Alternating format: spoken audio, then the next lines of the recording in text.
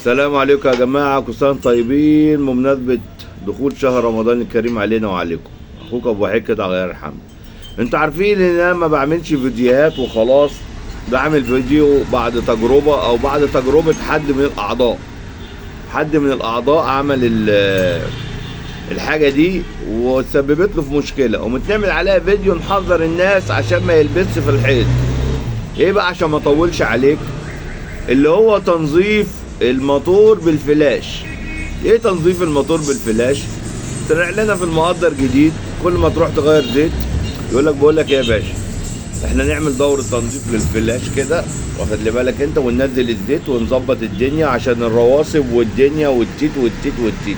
ازاي يعني؟ هو كده طب ليه؟ بقول لك بينزل الرواسب. ايوه، ايه هي الرواسب؟ انا عاوز افهم يعني. اما هو الزيت لازمته ايه اصلا؟ هيجي يقول لك برضه لا اصل الزيت بيعمل رواسب كربونيه، ومن احنا بنشتغل بالفلاش. يعني اللي حصل كالاتي: الراجل نظف العربيه بتاعته وغير زيت، وحط زيت طبعا رخيص، وحط معاه مش عارف دوره فلاش ومش عارف ايه، عمل له كده استبحث. يعني الراجل بيكلمني بيقول يا عم ابو وحيد الموتور صوته بعد ما غير الزيت بقى وخلص اخشن من تحت. قلت له قلت له طب شفت الزيت؟ ممكن الزيت يكون مضروب. قال لي لا ده انا جاي من مركز معتمد. قلت له ايه تاني؟ قال لي لندة الزيت نورت.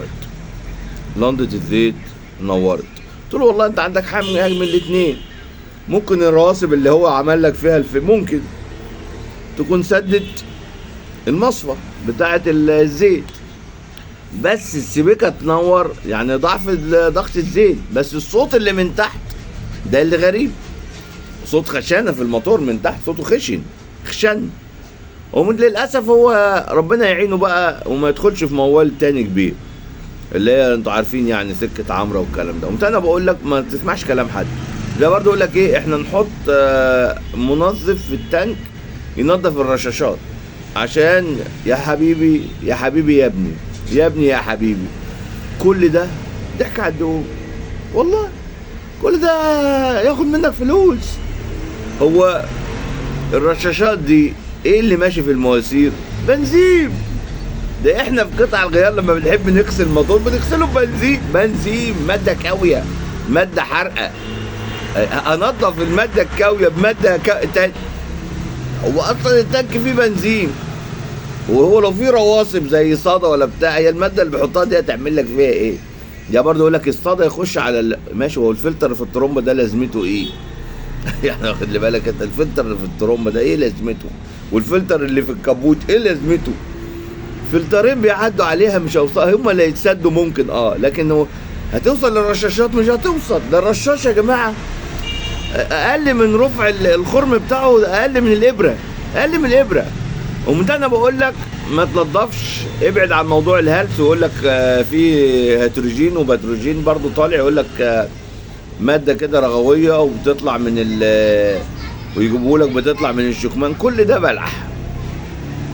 بلح وضحك على الدقون، وفلوس بتتاخد منك، وانت يا عيني بتبقى عاوز تعمل حاجه كويسه لعربيتك، بس كل ده اتبلح وبيضحك عليك فيه. ما تنضفش موتورك هو اصلا الزيت نفسه انت بتنزله وتنزل الفلتر. انت ممكن كل فتره افك كارتيره وانضف مصفى مثلا، بس كل فتره كبيره كمان، واخد لي بالك.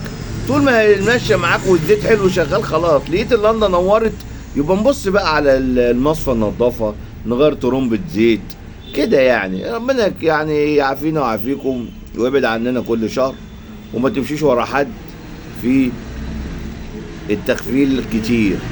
كل دي مواد طالعه كده كدب، كلها كدب ويشتغلك. تخش بنزيمه، خد منظف رشاشات، خد منظف موتور، خد منظف مش عارف ايه، ايه يا عم كل ده كدب.